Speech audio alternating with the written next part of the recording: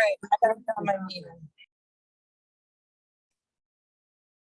All right, good afternoon, everybody. Thank you for joining today's session on Section 8 vouchers. Just a couple of reminders for today's presentation.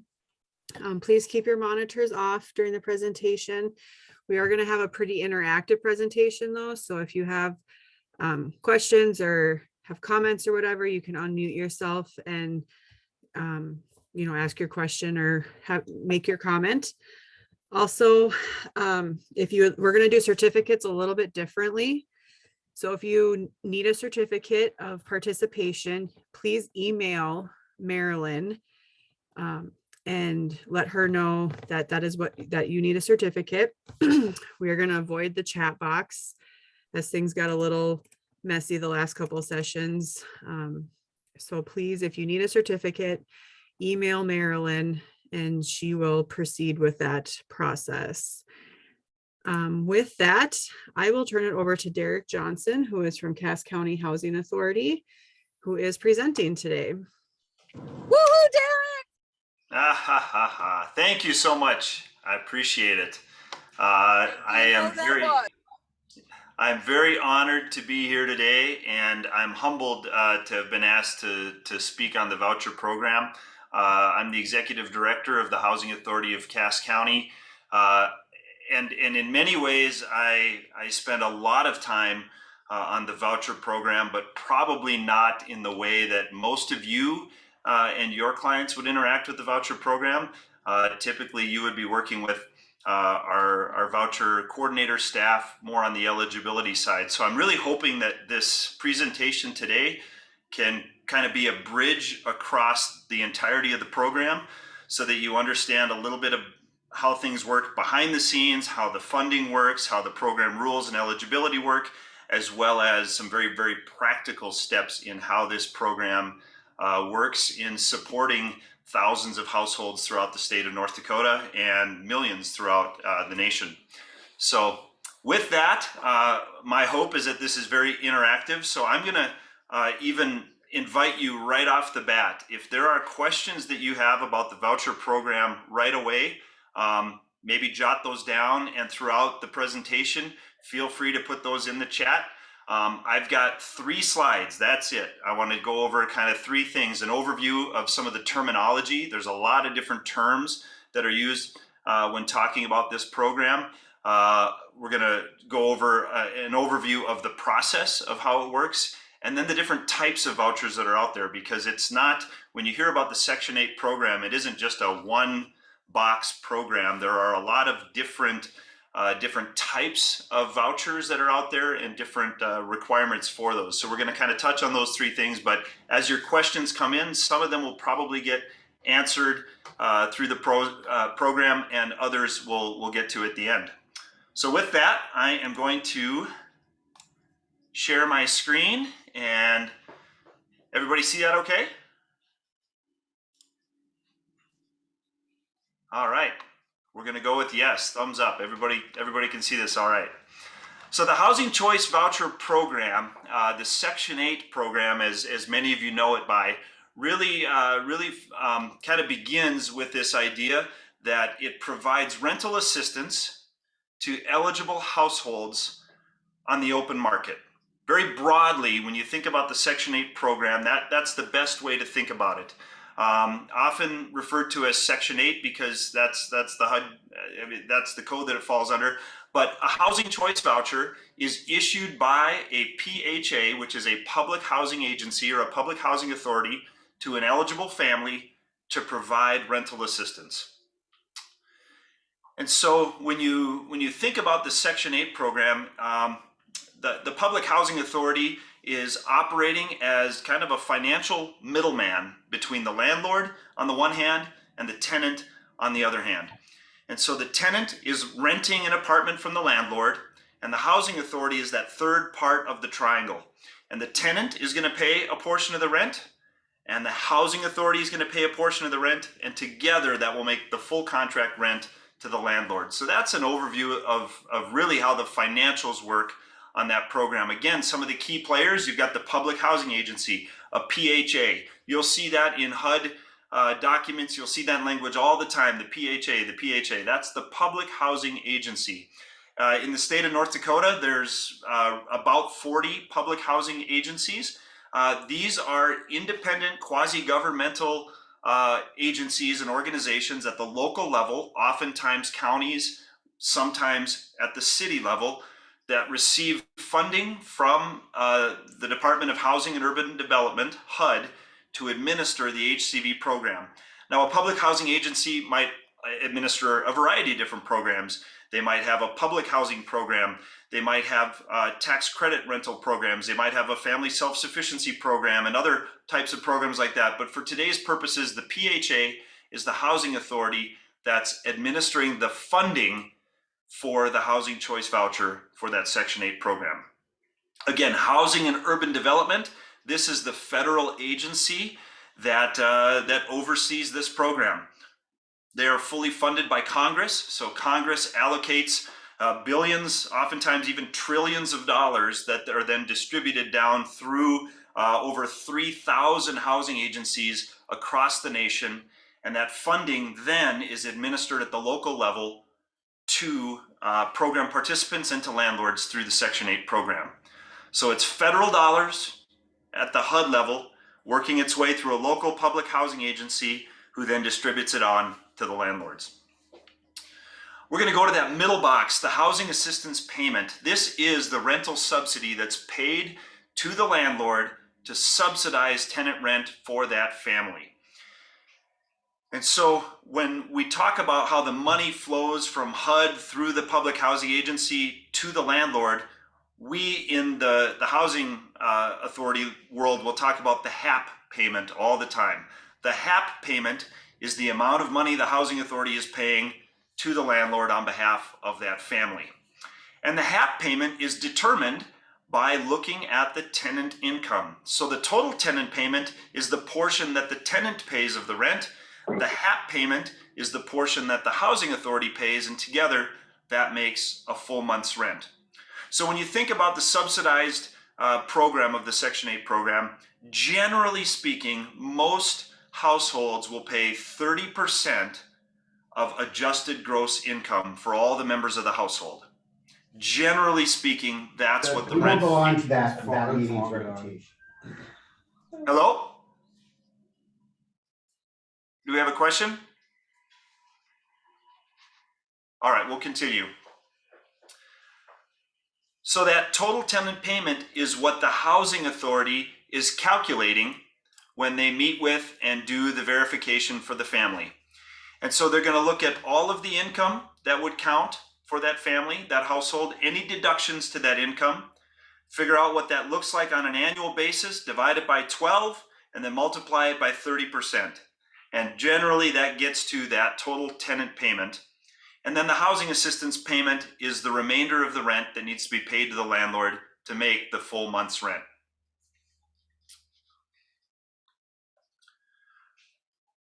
The average median income, this is what determines eligibility for the program.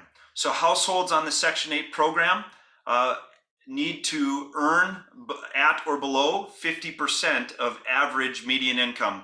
And the income guidelines are determined by HUD on an annual basis. They look at again, average median income for the area. So those are determined oftentimes by counties or by metro area. And each housing authority will use that to determine the income limits for eligibility for the program. I'm kind of jumping around here a little bit in the way that it kind of flows. Fair market rents in the bottom left-hand corner, these are determined by HUD. This is a review of what rents are going for in an area, and they determine what is to be deemed fair. And the fair market rent is what helps the housing authority determine the payment standard. And so the payment standard is the maximum amount of rent plus utilities that a unit can cost in order to qualify and be eligible for the Section 8 program. And so right now in Cass County, our payment standard is $705 for a one-bedroom apartment. So what we do is we look at that $705. If the tenant needs to pay a portion of that for their utilities, We subtract that off of that. And so the rent might be able to be $680. A $25 utility allowance gets to the $705 payment standard.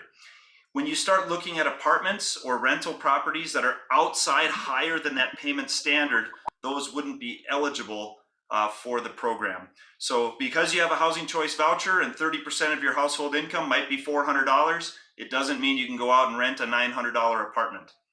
Now, if that's in a different metro area, if you're in the Twin Cities, for example, the payment standard for a one bedroom might be $1,100, in which case you can have a higher cost rental unit within that area.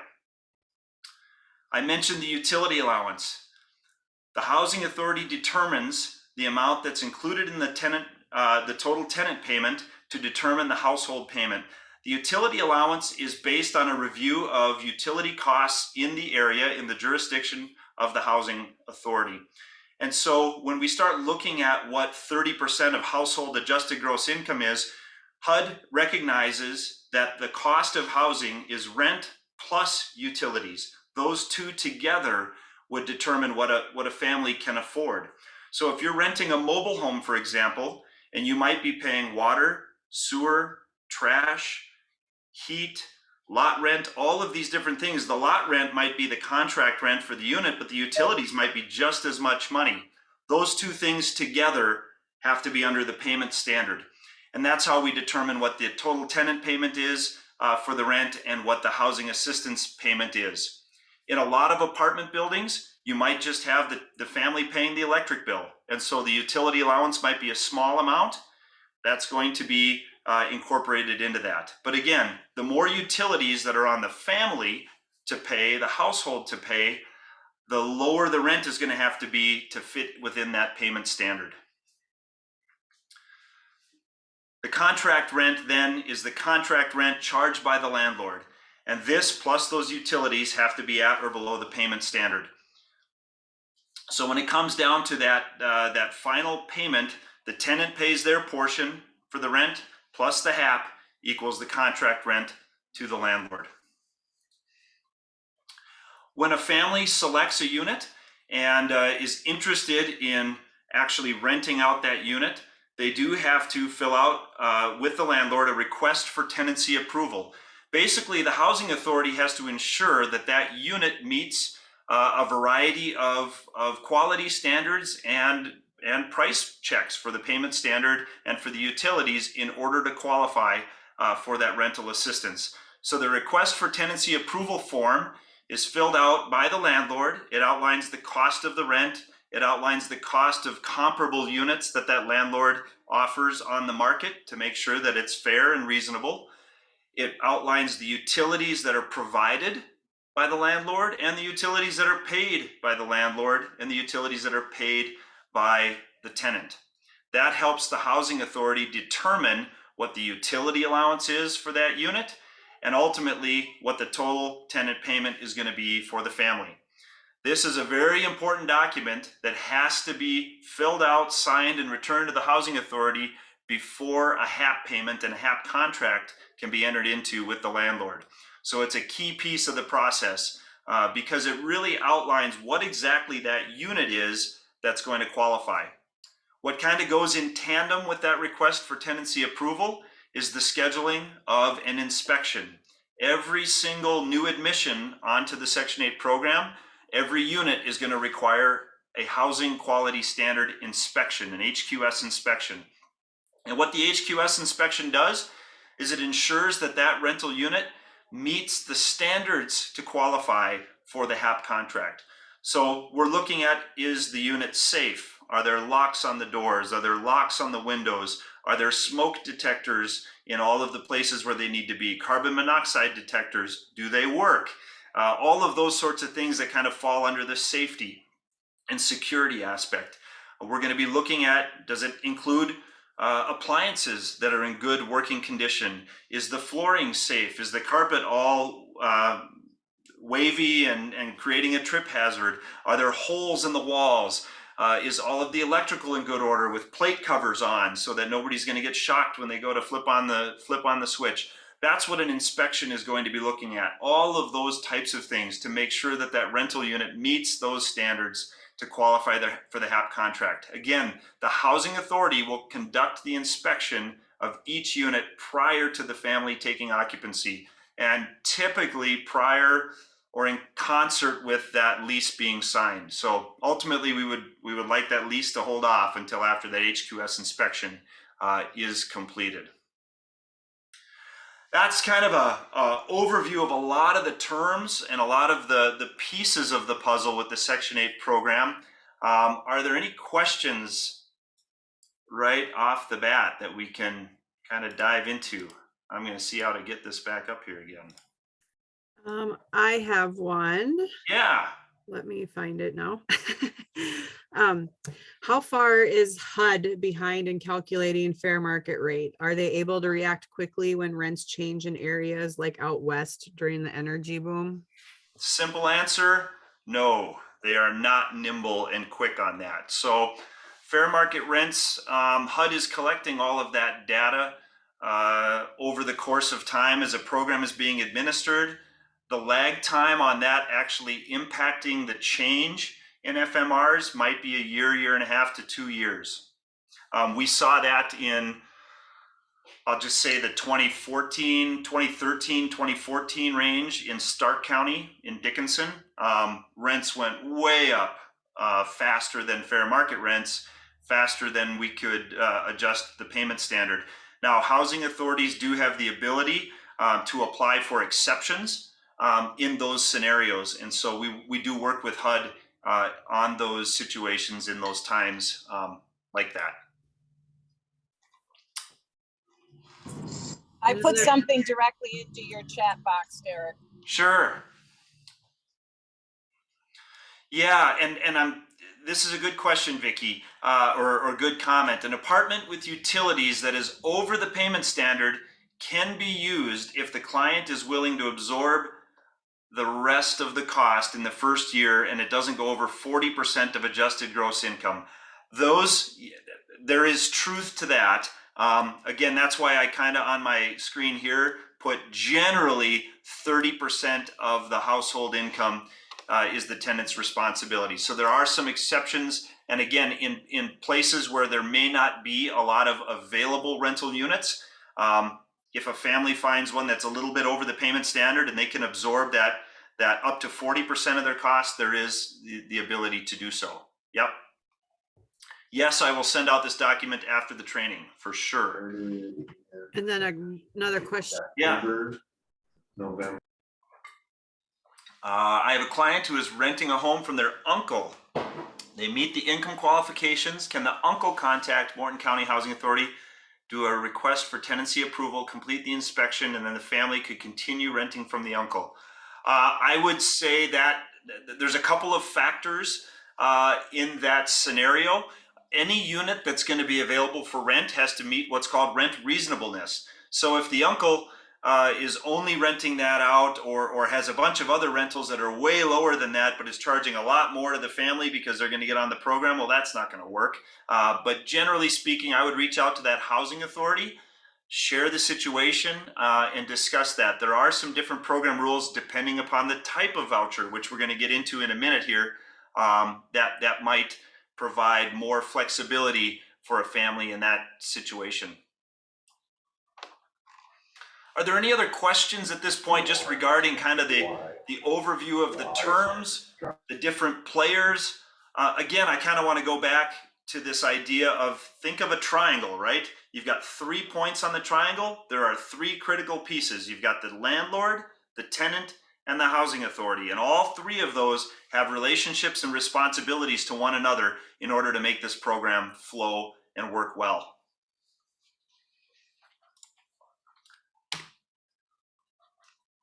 I'm going to continue on, and what we're going to move on to now is really the steps to getting assistance through the Section 8 program. So as I mentioned earlier, each housing authority has an allocation of dollars of budget authority that then translates into vouchers issued to households. So in order to apply, you need to fill out an application with that housing authority. And again, each individual housing authority has its own waiting list, has its own application, has its own funding. And so if you're in a larger metro area like the Fargo-Moorhead area, for example, we've got the Housing Authority of Cass County, Fargo Housing and Redevelopment Authority, Housing Authority of Clay County on the Moorhead side, and Moorhead Housing Authority. And each of those 4 different housing authorities has a variety of different programs, vouchers, rental units. And so we're going to have our own applications. We get our own funding from HUD differently. So I know that's a little bit confusing sometimes for service providers, but as it sits today, that's the reality of the world that we're in. And so each individual household must fill out the application with the housing authority for which they're applying. And again, you should apply within the jurisdiction that you expect to live or are anticipating living and renting a unit. Once the application is received, the housing authority will do its due diligence, run it through its screening process, and then when approved, that family, that household will be placed on the waiting list. When that family's household's name comes to the top of the waiting list, they'll be notified via mail and a briefing meeting will be scheduled. And the briefing is the paperwork portion. This is when the family's going to come in. They're going to bring in all of their documentation that's current, any pay stubs, any Social Security disbursements, any other sources of income that they have, any eligible medical expenses or other deductions that they might have. They're going to bring in all the documentation needed for any of the household dependents in the family. This would be like if you have children under the age of 18, birth certificates, members over the age of 18, Social Security cards. All of that information, and then a whole host of HUD forms. So we've got about 20 different individual forms that we're going to have to fill out. A lot of signing your name on those forms. Some housing authorities are starting to get into being able to do that, capture that digitally. Some through the COVID time frame and the COVID protocols are able to do that via mail or email, send those documents out and receive those documents back. But however each individual housing authority does that, the briefing is the time when the program is explained and the documents are signed. And at the end of that, or as a part of that briefing, the voucher is signed. And the voucher itself starts the clock on the family going out and looking for a unit. Typically, the family will have 60 to 90 days, sometimes up to 120 days, to find an eligible rental unit. And so that really transitions. When the briefing is complete, the voucher is signed, then they transition into the housing search. Oftentimes, a family is already leasing a unit, and they simply need to get the request for tenancy approval filled out by their landlord. They need to sign a 12-month lease. They need to have an inspection scheduled, and it's a pretty straightforward process. Sometimes people are now going out into the market and starting their housing search, which can take some time. So again, that housing search period might take anywhere from a couple of days through a couple of months. Once they've found the unit that they'd like to rent, they fill out that request for tenancy approval, get it to the landlord. The landlord will fill it out and get it back to the housing authority, who will then schedule the inspection, make sure everything is good, and then the final HAP contract and lease is signed and the family can move into that unit. When that start date comes around, so right now we're going to be issuing HAP payments for new families coming on the program for June 1st. The housing authority will start issuing the HAP payment to the landlord effective June 1st for the time frame that we're in right now. And once that family is on and that first HAP payment is made, they are on the program and that they're a new admission onto the program. Question that came up: what happens to applications when wait lists are closed? So if the application was submitted before the waiting list closed, then that name is placed on the waiting list. If the waiting list is closed, the housing authority should not be accepting any new applications during that time frame.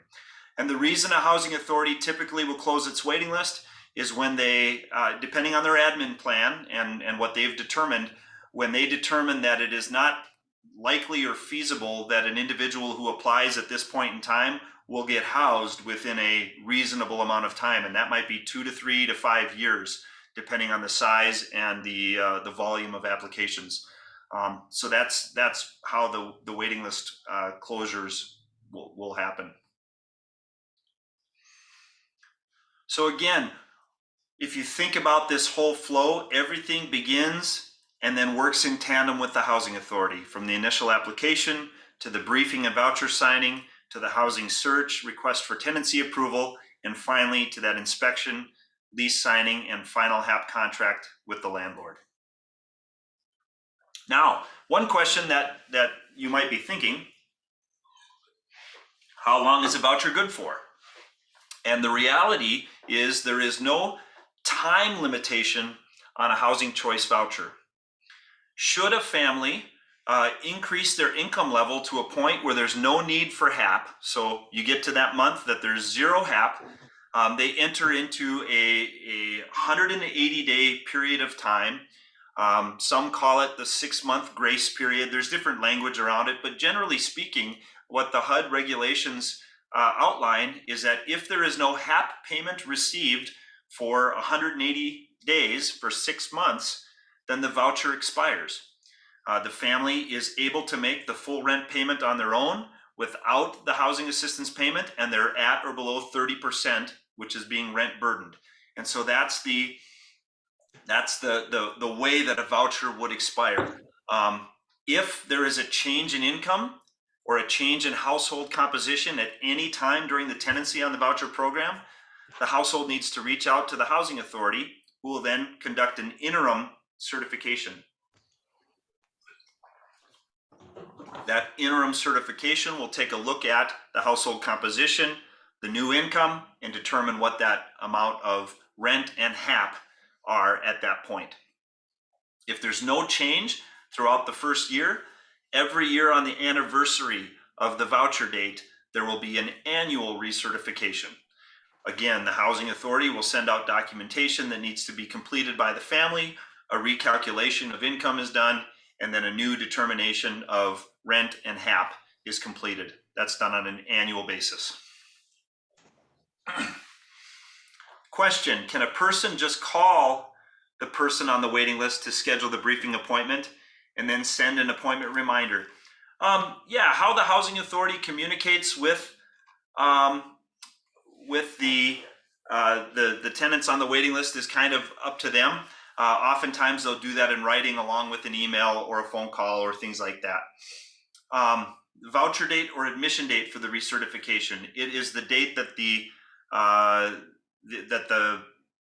first HAP payment was made, so admission onto the program. The voucher date is the date that it's first issued, and that tracks the amount of time until the housing search is complete, whether it's 15 days or 120 days. Are there any other questions about this process? There may be some additional steps here. I'm kind of simplifying the broad chunks of that process. There is a lot of paperwork in here, and it might take 2 or 3 different requests for tenancy approvals, 2 or 3 different apartments that the individual is looking for before they find the right home.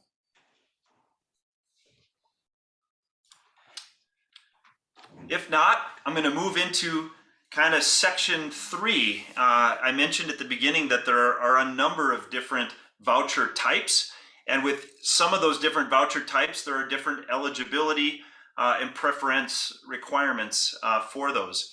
So what we've been talking about up to this point is the largest pool of vouchers, the housing choice voucher. With this voucher, rental assistance is provided to the income eligible family. It's quote unquote the traditional Section 8 voucher that most people think about when they hear about this program. The assistance, that voucher, is tied to the family. So if the family is living here in West Fargo and decides to move across town to an apartment here a year later, the voucher and the rental assistance goes with them. If they decide to move to Bismarck, that assistance also travels with them. And we'll talk a little bit more about how that works from a budget standpoint. So that's the broadest and the most widespread voucher type that's out there, is a housing choice voucher. There's another voucher type called the VASH voucher, or the VOUCH voucher, Veterans Affairs Supportive Housing.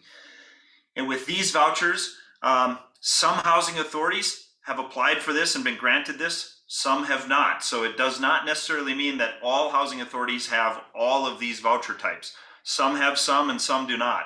But a VOSH voucher combines rental assistance from the housing authority with case management and or clinical services for homeless veterans with services provided through the VA. And so in those circumstances, typically a case manager or some sort of a client support specialist at the VA will work with the housing authority through the process to provide that rental assistance to those eligible homeless veterans. Another voucher type is called the Mainstream 5 or the MS5. This voucher type is designed for non-elderly persons and or households with disabilities. So these are non-elderly, ages 18 to 61. Several different funding rounds have been issued over the past years with different eligibility and different ways in which those individuals are selected, sometimes through a continuum of care, sometimes through a referral agency.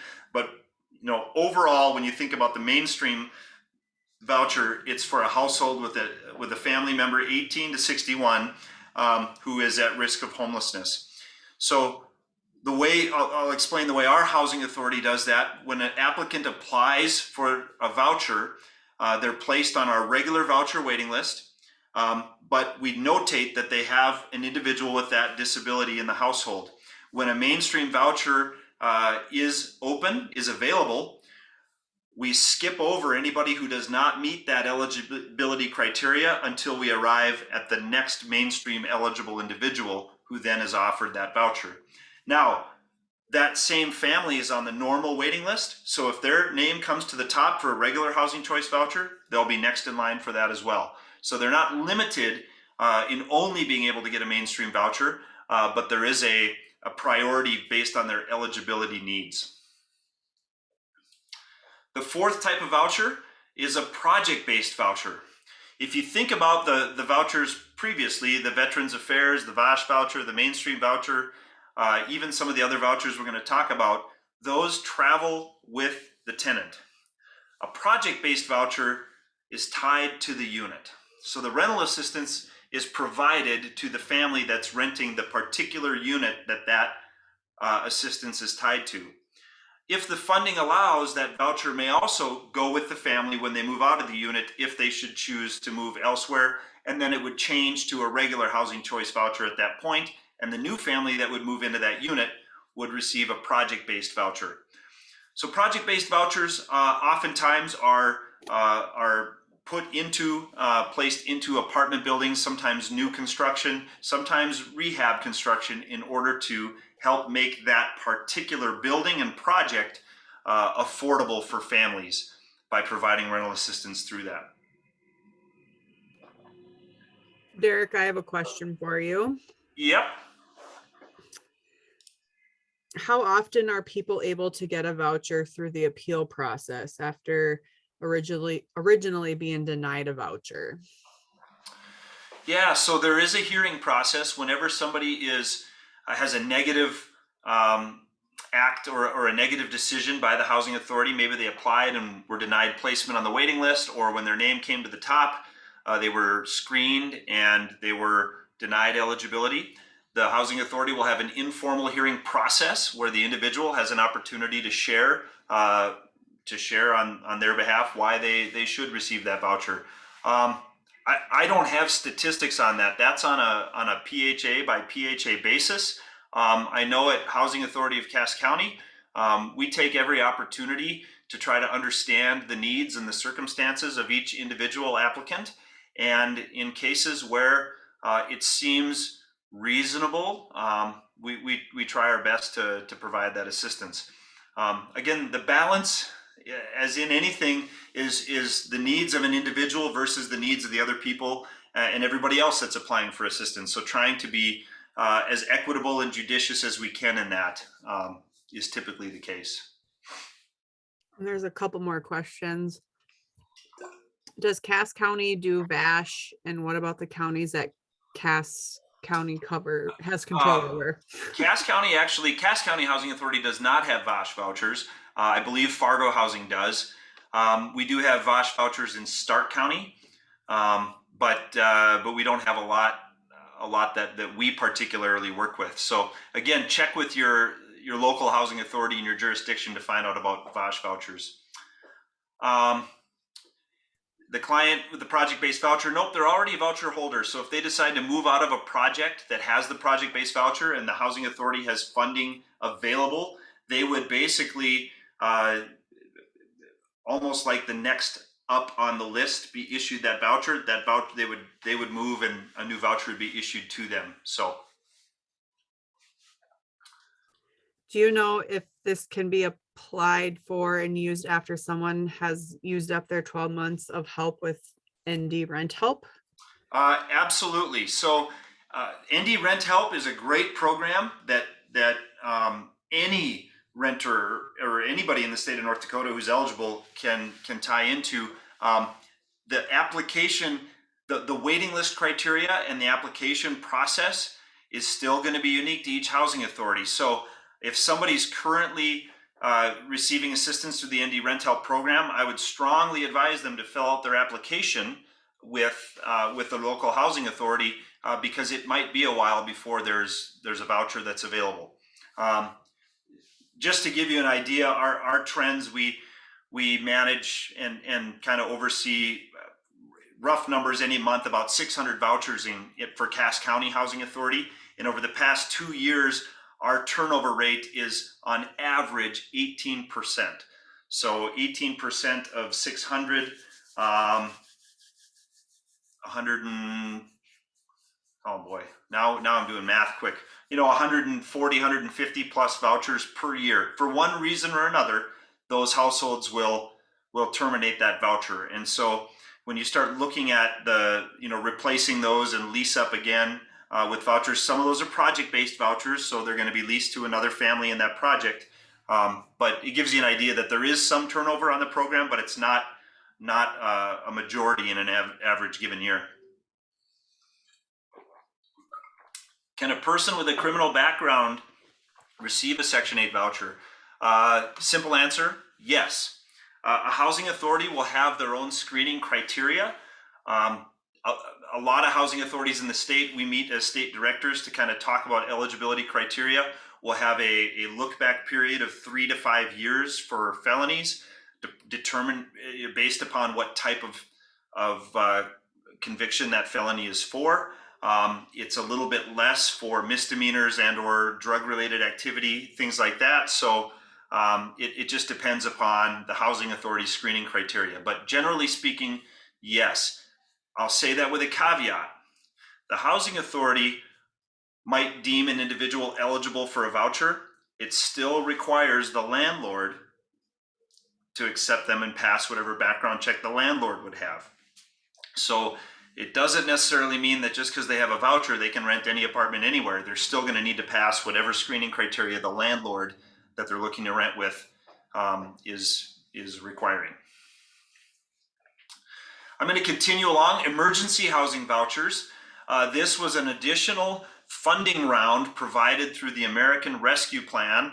Roughly 70,000 vouchers were added to assist families with a variety of housing instability. So the way that HUD determined that was looking at the homeless population counts that were done state by state and looking at areas where there was increased levels of housing instability, and they issued those. So some housing authorities in the state, I think 5 or 6 in the state of North Dakota received an issuance of emergency housing vouchers. The other 30 plus did not. So that, again, that was a HUD determination that we had nothing really to do with. So those function similarly to the other vouchers, but they're specifically targeted for families experiencing housing instability as it relates to COVID-19. So each individual housing authority will have a determination on how they determine who would get those vouchers. Tenant protection voucher. This is a unique voucher type as well that is issued to a household that is either being relocated or displaced from a project where they were receiving rental assistance. So here in Cass County, we had 60 units of public housing that were built in the early 60s, pretty dilapidated, huge deferred maintenance costs. And we issued tenant protection vouchers to those households living there. They moved into the voucher program and rented apartments or houses or homes outside in the private market. We demolished that property and redeveloped 84 units, 85 units of senior housing on that same property. So each of those vouchers that were issued to those families was a tenant protection voucher.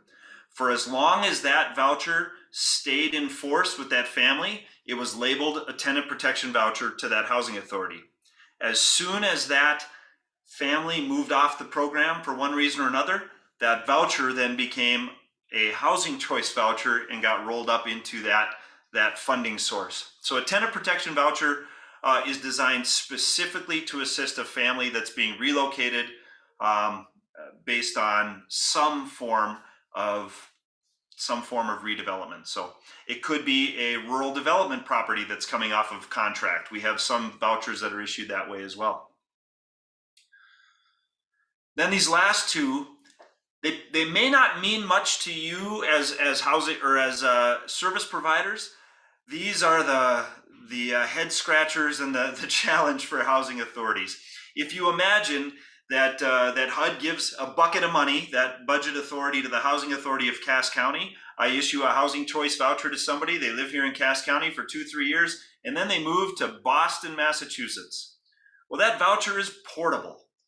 That voucher goes with the family. It was issued here in Cass County, and so I'm responsible for the rental assistance to that family in Boston. The way that works is that family would contact the Boston Housing Authority.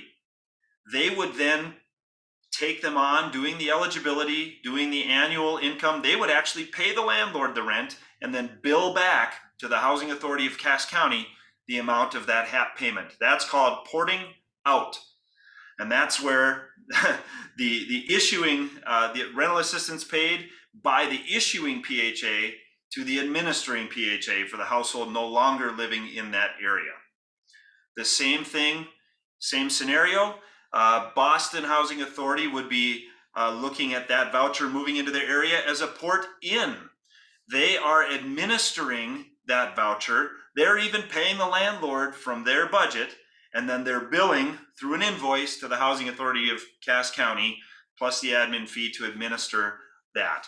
So the portability process is the way in which a housing choice voucher really, where the choice of the voucher stays. That's what allows that voucher to go with a family. Question, how long does porting last? You know, as long as the family continues to meet the requirements, the income requirements, and the eligibility requirements of the Section 8 program, it could last indefinitely. There's a good question. How long would you absorb? So absorbing, if I've got, let's go back to Boston, Massachusetts. Let's say that we're the Housing Authority of Boston and we've got a little extra room in our budget. We were going to lease up some more units, but we had a tough time during COVID with everybody on lockdown. We had difficulty leasing up units, but we've got this household from Fargo that moved here. We could absorb that voucher, and basically what we're going to do is we're just going to pay it, and it's going to be a part of our budget now. And basically that's in lieu of leasing up another voucher in there. They're going to absorb a port that's already there. Twyla, you might have to give me a little bit more context to how long would you absorb. When you absorb that voucher, it's yours. You can't port it back or or push it back. So so that's where each individual housing authority is looking at its budget for the year, looking at its total number of vouchers, looking at your statistics on how long it takes, looking at your waiting list, looking at all of those factors to determine whether or not it makes sense to absorb a portable voucher onto your own program. I have a question, Derek. Yeah.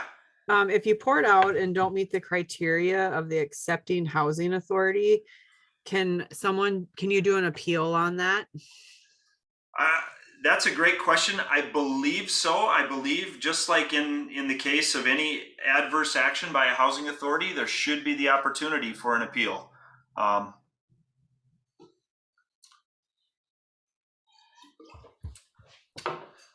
Liz, can people get approved for a housing choice voucher and port it to another place right away? Simple answer, yes. More complicated answer, it depends. So I'm trying to think of some scenarios where in rural North Dakota, so the Housing Authority of Cass County manages some very, very small rural housing authorities that don't have enough funding or enough money to really have their own office, their own staff. McKenzie County in Watford City, there's 18 total vouchers. So we aren't able to support a lot of people. If we were in a rural county like that and we didn't have a waiting list, for example, we didn't have anybody to lease up that unit, that housing authority can by its board resolution, adopt into its admin plan the ability to port right away. So if there was some extra vouchers in Watford City and there wasn't demand for that, there wasn't a waiting list and those sorts of things, but there was demand and a waiting list in Dickinson, we could utilize a Watford City voucher and port it immediately to Stark County in Dickinson.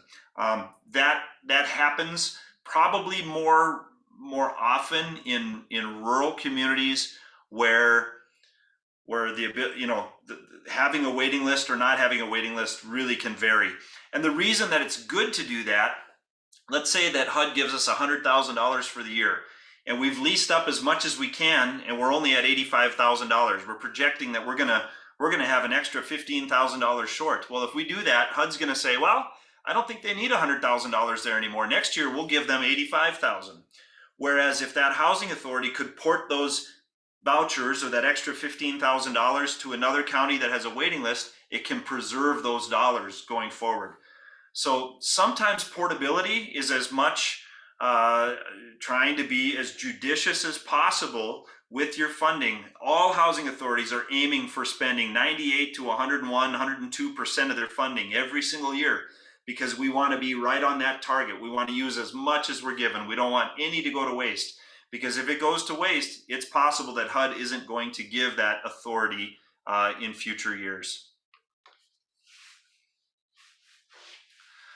Again, when you start looking at all of these different voucher types, the main thing to know or to remember with them is that for VASH, for mainstream, for the emergency housing voucher, and for the tenant protection voucher, there has to be a special circumstance that would make a household eligible for one of those voucher types. Either they're a disabled veteran or a homeless veteran, either they're a person with disability age 18 to 61, they're experiencing housing instability per the guidelines of the emergency housing voucher, or they've been relocated. Those are those type of things. Project-based vouchers, they're staying with the unit, and so typically there's a special waiting list even for that project. And then the housing choice voucher is the broad bucket that most of the vouchers fall into. So let's see, I have a client who is approved for Morton County housing voucher but needs to reside in Morton County 1 year before porting in. Approved for Morton. So that was my comment. I have a gentleman who he has been approved for a Morton County housing voucher. Yep. But I asked about porting it to Burleigh County and was told that he must reside in Morton County for 1 year before he can port And it. that again would be a program requirement of the administrative plan of the Morton County Housing Authority. So Yeah. that's where those unique situations are going to vary place by place. Oftentimes, if there is a pretty stable waiting list over time, there is going to be a requirement that those households live within that jurisdiction, at least for that first year. Because again, the goal is to provide assistance in that community. It's not to provide assistance to somebody outside. So. Can I say something? You're taking a drink. It might be Burleigh County's administrative plan that they have to be residing in Morton County for a year too. Because I've had some that wanted to go to Grand Forks, and Grand Forks said, no, they have to be there for a year before we'll accept them. Could be that. Excuse me.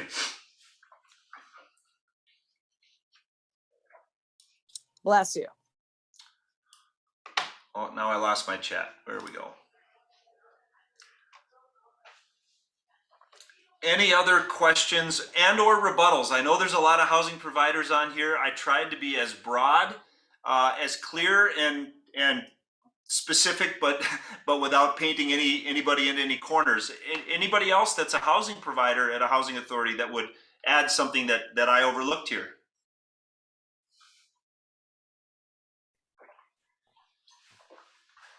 Eric, this is Nicole with Burley County Housing. I think you did a phenomenal job. So, Oh, well, I wish Very I could much see you all. so. I wish I could see you all. That's the hardest part about doing this. I'm just alone in my office talking at a screen, but Derek does an awesome job. He's a great boss. There's a comment in oh, the, from Nikki. There's a reasonable accommodation process too that sometimes plays a role when someone needs to move before a 1-year lease is up for disability related reason or similar. Yes, absolutely. Yeah. So again, this is where, Nikki, you bring up a great point. High Plains Fair Housing is an excellent resource whenever there are reasonable accommodation requests or things that fall outside of the general program parameters. I can't speak for all of the housing authorities, but I feel pretty confident in saying this. Our goal is to try to meet the needs of our residents as best that we can while still following the guidelines. So we kind of look at that. What's the letter of the law and the spirit of the law, and the times when we need to. We are certainly open to helping assist families so they can maintain that rental assistance long term. Derek, is there any talk on, getting all the housing authorities on the same, not on the same page, that's not the right wording, but like, the same requirements and guidelines versus everybody having their own? So I would say that 90% of our guidelines are the same. Again, the HUD or the Code of Federal Regulations and the HUD guidelines are there for those programs. Some of those unique differences are going to be in screening criteria and eligibility, and then some of the portability requirements, perhaps even the length of time that a voucher has until it expires to be leased up. We're a part of the North Dakota chapter of NARO, which is the National Association of Housing and Redevelopment Officers. And so we meet quarterly, and topics like this are always on our agenda. We're always sharing what we're seeing, what we're experiencing, where are we seeing in the state of North Dakota, specifically high volumes of applications, where are we seeing lower volumes of applications, and if there's opportunities that we can help, provide better guidance or provide better coverage and support, we try to do that. The other thing to remember, each individual housing authority or housing agency is provided oversight by a board of commissioners. Oftentimes those board of commissioners are appointed by the county commission, or sometimes include some county commissioners. And so there is any major changes to administrative plans or to policy do require a board resolution. So depending upon the makeup of even the various needs in different parts of the states, there's a lot that goes on to policy development, and I'm sure all of you who are involved with policy at your agencies know that too. So all of those factors come into play when it comes to some of those local level decisions.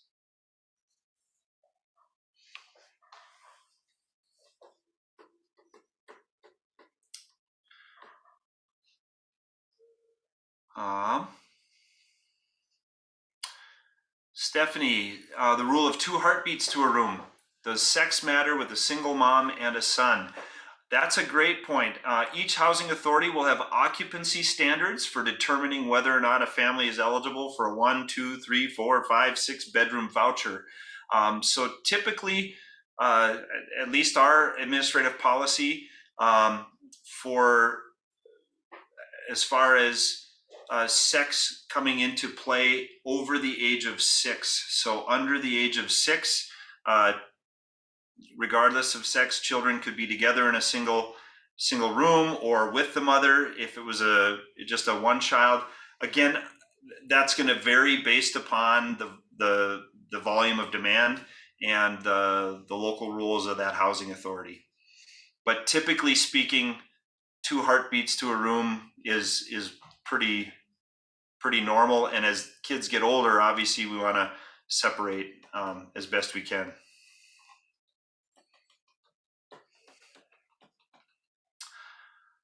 Can Naro talk to HUD about the 40% rule? We certainly can pass it up the chain. We have a lobbying agency at the national level that lobbies all of the time. So perhaps that's something that we could look into.